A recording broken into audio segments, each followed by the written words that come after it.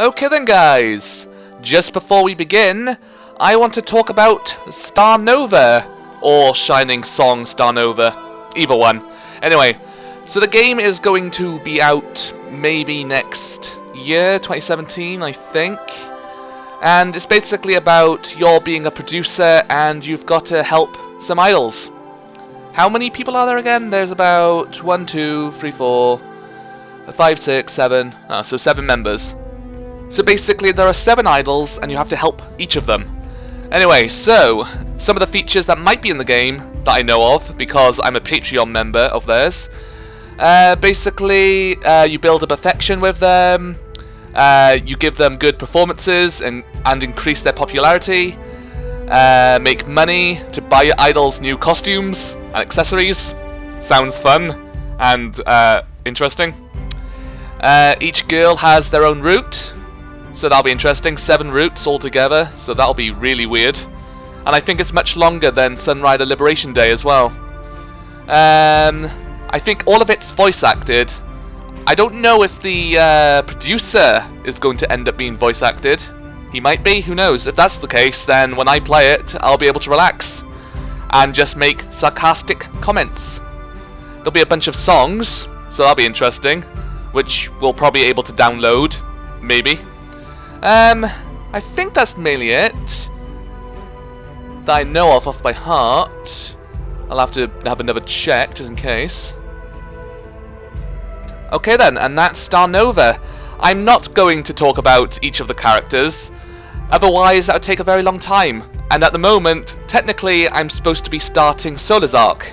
So, I'll see you guys in a minute. Hello everybody, this is Dolpha. And we're back in Sunrider Liberation Day Return. Today we're going to be starting Sola's arc. I think Sola has the most endings as well.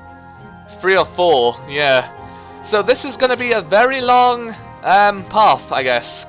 So, let's start. The only person who could ever believe this crazy story would be a fellow time traveler, Sola. She was the most knowledgeable about lost technology out of everyone on the ship. And for what he could remember, Sola was the one who told him the truth about Claude, meaning he had less to explain to Sola compared to the others. We're going to our resident lost technology expert. Come on, let's go find Sola. Okay, Captain. Alright. T-minus 63 hours. Ignore me. Until the Liberation Day Massacre, 27 hours until Chikara. Shields peered into Sola's quarters to check whether she was alone. Thankfully, he found her sitting by herself on a table, reading a holo. Psst! Sola! Over here. Ah. She looked up with curiosity at her unexpected visitor. Sorry for interrupting, but we kind of have an emergency here. Is that so? Yeah. This is going to be sudden, but I already know that you and Claude are time travelers. In fact, I'm a time traveler myself now, and I've arrived from the future after you've explained all of this. There's a Navigator Shields in my office right now who's the captain you know in this timeline. We've travelled back in time from the future to prevent a disaster from occurring.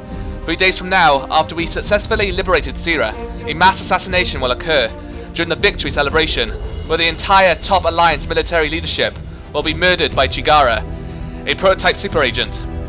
We have to do everything in our power to prevent that tragedy from occurring, or else I'll spark a war between the Solar Alliance and Pact, so huge it'll threaten to end humanity as we know it. Sola took in every he said wordlessly. Okay, not even a flicker of doubt on her face. Understood. I shall aid you in this endeavour. She closed her holo and stood. Shield sighed in relief. He knew that Sola was cool-headed, but to actually see her readily accept his ridiculous story without a trace of doubt brought unspeakable relief to Shield's mind. Maybe they had a... Without warning, Sola rolled to the floor and reached under her bunk. Uh-oh. Before Shields could make a move, Sola faced Claude with a pistol in her hand. Shields tensed. Shit! Had he relaxed too soon? What was going on? Captain, this woman is not who you think. Sola? She is working with the prototypes. Shields backed away from Claude upon hearing this latest revelation. What? Come to think of it, he knew next to nothing about Claude, except for what he could glean from his fragmented memories of the future. Why did she send him back to the past? And what was her goal here? Doc, is Sola telling the truth? Partially. The Claude Shrilo currently in this universe is aligned with the prototypes, yes. But that was me in the past. Poor Claude's turned a new leaf now. I'm fighting for the good guys. Wait, so you mean there's another Claude too? Yes, just like your doppelganger in your office, there's another Claude in the sickbay right now. Well, that complicates things. I need some answers, Doctor. Why were you working for the prototypes during this time period? A simple alignment of interests, that's all. I sought to rally the galaxy around you, just like the prototypes. But after the Liberation Day massacre occurred, I realized our interests diverged. That's when I left the prototypes and took matters into my own hands. The prototypes wanted what? Oh god, look at Sola's face! That's new. Finally. Yes, they sought to make you the leader of humanity and to control you as a puppet, so that they would rule in your stead, but let's just say that plan never quite panned out due to division within the prototypes themselves. That's quite a lot to take in. I was fine with helping the prototypes accomplish that, but then the massacre happened. Oh, brilliant. This is new already. Alright, so one time before we chose not to trust Claude, and we died. So, I guess we need to trust her. Captain! You trust Claude? You're not the only person who changed thanks to the Liberation Day massacre. Honestly, I'm the same way. I was completely blind. It wasn't until I had the benefit of hindsight that I realized how wrong I was in this time period. Maybe it's the same way with you, Claude. Yes, Captain. Sola, you can put the gun down. No matter the circumstances, we're going to have to solve this together. We don't have time to fight amongst ourselves. Understood. Sola put the gun down, but kept it holstered, just in case. For now, our common goal is to prevent the Liberation Day massacre from occurring. We can worry about who was working for who after the immediate crisis has been averted. Now, he had to put their next course of action into motion. Unfortunately, he hadn't given this part much thought himself. It looked like he would just have to come up with something on the fly based on the fragmented memories he had of the chain of events which led to the Liberation Day massacre. Chigara will enter the prototype's mindstream tomorrow, during the battle for Sira. It will be at that moment when the prototype's leader will embed herself into Chigara's mind in order to mind control her during the victory celebration. We must take every action to ensure that Chigara does not enter the mindstream. Seems like a simple enough solution, sure. From what I can remember, Chigara as she is now would be utterly incapable of killing a single insect, much less a room full of people. The sole cause of Chigara's actions that day was her body being controlled by the leader of the prototypes, who we had all presumed to have died on the Nightmare Ascendant. If we were to simply prevent Chigara from being mind-controlled, then the massacre would never happen. I see. Then we must capture her within 24 hours and ensure she does not enter the mindstream tomorrow. However, the entire situation is not so elegant, as simply removing Chigara from action during the Battle of Sira may vastly alter the course of history as well.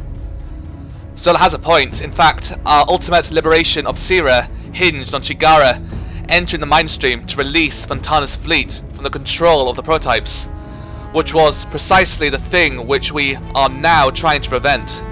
Meaning, we have to find another way to ensure that Fontana can retain control of his fleet tomorrow without Chigara. We'll just have to make up the plans as we go. Unfortunately, I was dropped into this timeline about 2 hours ago, so we haven't had much time to formulate a detailed course of action. Yes. Shall I speak a bit louder with Sola? Shall I speak louder as Sola? I don't know. Very well. I shall see what can be done to limit the Chief's movements without rousing her suspicions. First, we must head to research and development. The lab? Why? Sola leaned into him and whispered, I merely sought to distract the doctor's attention a moment while I discussed a certain matter with you. There is still a large problem. Problem? What kind of problem? The future cannot be changed so easily. What do you mean? Oh, here we go. But before Sola could continue, the ship's klaxon sounded. Red alert! The packed fleet has made its move! Not now. Alas, I'm a sortie. Okay, we don't have a choice. You've got to protect the ship, Sola. Captain, we best make ourselves scarce. The real you's supposed to be on the bridge. If you get discovered anywhere else during the battle... Alright, let's go. The three of them ran out to the quarter. Far. No. I shall return. Yeah. Sola, come back safely.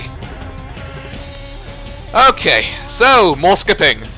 My favourite part. Oh, never mind. He would always be able to see the Seraphim on the battle map. When things got too dicey, he would be able to order her to turn around. But what would the Kyoto shields on the floor of the bridge right now do? Did he even care for her as he did? Okay, here we go again. Alright, so the big question. Do we save the crewmen, or don't we? Because this technically leads towards whether or not we get a happy ending. Alright, I'm gonna choose not to blow cover. Why not? We've seen this before, yep. Fight the drone. Bang bang, explosions. Oh, here we go, that was fast. Okay, so here we are. They found Sola waiting for them beside the Seraphim's maintenance bay. I have returned. Unfortunately, I have already bungled my first opportunity to put the Chief out of commission. During the battle, the Liberty sustained a hit to its shoulder maneuvering valve, putting it in an uncontrollable path towards a packed battleship. While such an incident appeared a perfect opportunity to thwart the prototype's plans without causing any unwanted attention, the other Claude of this timeline managed to use the Bianca's gravity gun at the very last moment to save the Liberty. No doubt, the prototypes put the other Claude on board this ship to ensure that Chigara remains alive and can foster an intimate relationship with the other Kyoto shields. I spun my head to Claude. Is this true? Well, yes. The old me's on board this ship to ensure that Chigara gets as close as possible to the other Kyoto shields, so that the prototypes figure out how to control him. Like I said though, the whole part where Chigara guns down a room full of people was due to infighting within the prototype's own ranks. That was never a part of my mission at all. Alright, I understand. Don't worry, Sola. Besides, I don't want to do something as drastic as arrange Chigara's untimely death right now. Our mission is to simply capture and hold her for the remainder of the battle, so she can't enter the mine stream. We don't have to kill her. Very well. In that case, the situation from the battle presents an opportunity. I remember, after the battle, Chigara was admitted into the sickbay with minor injuries. If we hurry, we could nab Chigara while she's still asleep in the sickbay. Now, Sola's still right that we can't just remove Chigara from the battle and expect everything to turn out the same way. I explained to Sola my prior realization about the Trojan virus embedded in Fontana's ships. I see. Then removing Chigara from the battle will all but guarantee our early demise at the hands of the prototype's fleet. I've been giving it some thought. I could send an encrypted FTL message to Fontana warning him about the virus. That way, he could prepare a countermeasure right away to retain control of his ships. At the very least, he could pull back, so the prototypes can't use his ships against us. To use the FTL comm though, I need to sneak into my office, while the other Kyoto shields is occupied somewhere else. There is another matter. If we were to simply kidnap Chigara from the sickbay, it would only be a matter of time until someone notices her disappearance. Given the duration, we must hold her. We must find a way to prevent anyone from realizing she has gone missing. Oh yeah, alright. Now, do we switch Lin with Chigara? I'm trying to get the happy end first. So, maybe we should this time. Why not? We can put Lynn under and then swap her with Chigara in the sickbay.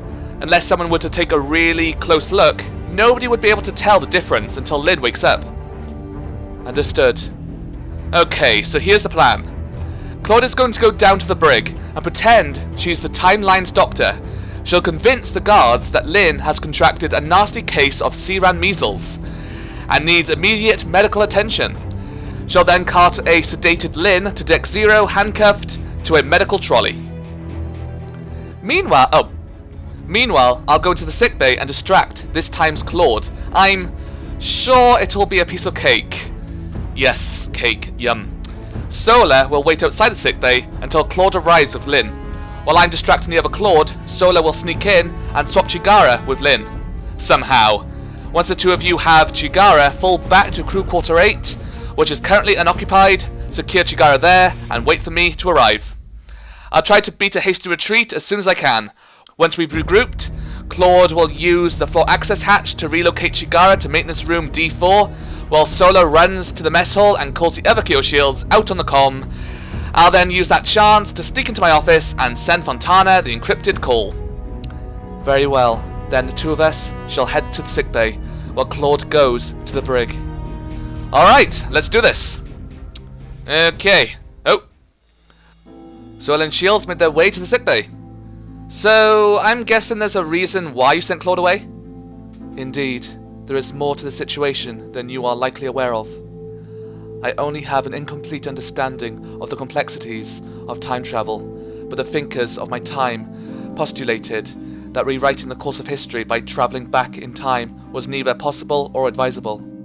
For when history is changed by any appreciable degree by outside agents not belonging to the timeline, the universe they occupy will simply collapse. What? Sola? That doesn't sound good.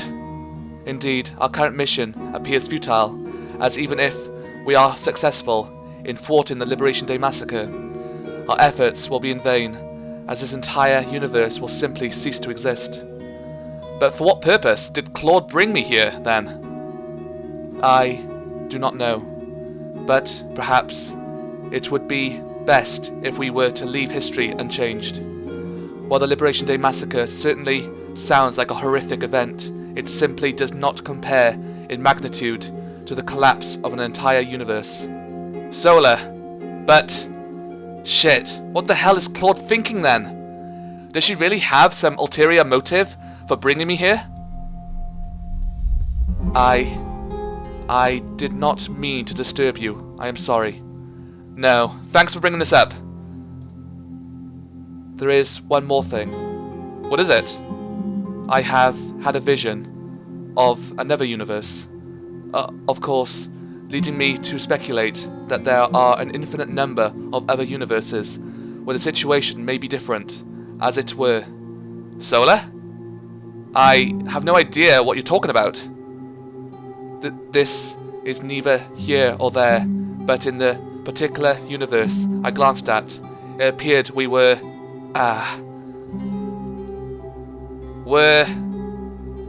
nothing at all. Okay. Interesting. So what's this gonna lead to? Oh, is this part of the alternate ending? Where that universe does happen? Ooh, I'm interested now. But my translocation across two different universes does appear to suggest that perhaps, even if this universe collapses, we could translocate into another universe, leading to a number of different possibilities. I'm sorry. I'm not quite following this, Sola. Time travel really isn't my forte. We still don't know everything about time traveling. Let's keep on, and see if we can discover what Claude's after here. Understood. Okay, we've seen this before. Skip, skip, skip, skip, skip, skip, skip, skip. Alright, this is a question. Do we steal it or don't we? Let's take it, why not? Alright, skipping.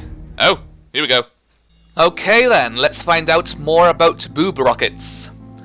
From what he could deduce, there were hundreds of message logs inside the hollow containing Claude's reports on what was occurring on board the Sunrider ever since she first came aboard, as well as the detailed instructions from the prototypes, and a medical report proving beyond the shadow of a doubt that Shigara was indeed a prototype.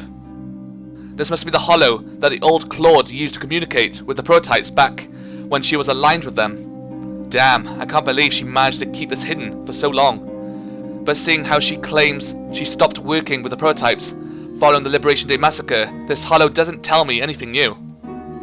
He searched through the remaining data inside the holo. Finally, he came upon a file which only contained a cryptic message. The future can only be saved by destroying everything. Interesting. Well, that sounds ominous. And it's in line with what Sola's already told me. I think it's high time I finally confronted Claude about the real reason why she brought me to the past. With that, he quickened his pace to crew quarter 8. Is this all the same now? It is. Oh, here we go. We were waiting for you, Captain. Come on, let's move on to phase 2 and relay that warning to Fontana. Wait. There's something we need to resolve before that. He pulled out the holo. I found this in your old self's office. Ah, that's just my old holo. I used to communicate with the prototypes while I was working with them. Captain, I hope you're still not suspicious of poor old Claude. That's actually not what I'm worried about this time. It's this. Schultz opened the final file and showed it to Claude. The future can only be saved by destroying everything. Actually, Sola already has a basic idea of how time travel works, and according to her, changing the future isn't possible. So what does all this mean for us? Looks like you finally discovered the hard part of this mission. It's pretty complicated to explain, but the skinny of it is, basically, if we were to succeed in this mission to thwart the Liberation Day massacre, both this universe and the past universe, where we come from, will collapse and cease to exist. As it turns out, the space-time continuum's really sensitive to time paradoxes, and resolves them quite forcefully. Collapse? You mean we'll all die anyways, even if we win? Then what the hell's the point of any of this? Ah, you're thinking like a human! No, you will simply be wiped from existence. Dying is a natural phenomena, which must inevitably happen to all life forms, but is an entirely different concept from never existing at all. You travelled here from a future in which Liberation Day massacre occurred in order to prevent it. But if you succeeded in your mission, the Kyoto Shields who travelled back in time would cease to exist, as the massacre now never takes place. So then, who would be the man who stopped the massacre? A true logical conundrum. In other words, a time paradox. So, then is the future really impossible to change? The future can be changed. That's why I brought you here. At the end of this journey, you must make a choice. Either you stop the Liberation Day massacre from occurring and avert the tragedy which befalls upon everyone, and destroy this universe and the universe you came from, and replace them with the new universe you create with your decision. Or you let the massacre occur, accept the tragedy, then this universe will remain untouched and connect with your timeline. The universe you know will continue to exist, for the better or worse. You're telling me if I go through with this, everyone I know will vanish from the face of the universe, but then a new universe with copies of those same people will be created? That's the gist of it, yes. And that is the reason why I brought you here. The key here is that the law of causality does everything in its power to resolve time paradoxes, and it does that by deleting the universe where the paradox occurs, and then creating a new universe, which can then logically continue to exist from that point on. In this case, you and everyone in this universe, as well as everyone in the universe where the massacre occurred, would be wiped from existence, thus eliminating the time paradox. But then a new universe where the massacre never occurred would be born, and everyone would still exist in that universe, completely oblivious to the fact a massacre even occurred, or that there was a desperate mission to prevent it. Then we could still save everyone by creating a new universe where the massacre isn't prevented but simply never existed at all. Ah, now you're understanding how this all works, Captain. Teehee! I am beginning to understand the nature of time travel. If a time paradox occurs, the unbinding law of causality simply destroys the universe where the paradox occurs and creates a new one without the paradox, a simple solution to dealing with a logical impossibility. Basically, in this circumstance, I intentionally sought to create a time paradox in order to manipulate the law of causality in destroying the universe you don't want, and into creating the one you do want. Well, it was pretty drastic, but it's not like there's anyone out there who can stop me, so teehee. It's pretty convenient, this little quirk that the law of causality has. I've been using it to create and destroy universes for, I forget. I'm immortal. Who knows how long I've been doing this? Anyways, now that your choices have been laid out in front of you, I want to watch you choose, Kyoto Shields, hero of the galaxy. That's the entire reason why I brought you here. All of this is so I can watch you more. I want to watch you run around fighting desperately against impossible odds. I want to see the tears in your eyes when you fail, the euphoria coursing through your veins when you're victorious. The bigger the stakes, the more tortured your dilemmas, the mightier your enemies, the more I want to see you fight, because it brings me so much pleasure seeing you in action. Oh god. Claw's entire body flushed bright red as she squirmed her legs. I think I might have come a little. Teehee. Claude, you bastard! She's toying with me, just like always. Come to think of it, was there even a moment when she wasn't playing me like a fiddle during the whole time I've known her? Alright. This is all the same. This one. Alright, skipping. Hello, Claude. I mean, Chigara. Oh, here we go. So, Chigara, well, technically, Alice is now running amok. Yay! My favourite part. Negative. She moved with the movements of a trained soldier, silent and swift. We've been had. Shit. I made a mistake. I should have known that Chigara could be bodyjacked at any time. That's exactly what Lynn told me when we escaped on the life pod together. All this talk about preventing her from entering the mind stream confused me into thinking we'd be safe as long as we got to her before then. No, the reason why we had to prevent Chigara from entering the mind stream is to prevent the prototype leader from bodyjacking her after the leader is dead. Chigara can be body snatched whenever the prototypes want while their leader's still alive. Wait a minute.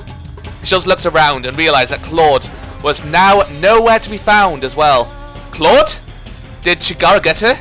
No way, Claude isn't powerful enough to take Claude on, even while under the control of the prototypes. Then Claude must have vanished of her own will. Damn it, now that she's explained all the rules of this game, she expects me to figure out the rest on my own, huh? She's probably still watching me, eagerly waiting for my next plan of action. Claude has chosen to leave us to our devices. And now we have a new huge problem. The prototype leader laid out this trap for us, and we just stepped right into it. The Sunrider's main reactor has been remotely shut off. Without it, we won't be able to get an FTL transmission sent to Fontana. Even worse, we're essentially sitting ducks for the Loyalist Pack fleet now. Unless we can get power restored ASAP, this ship is going to be destroyed.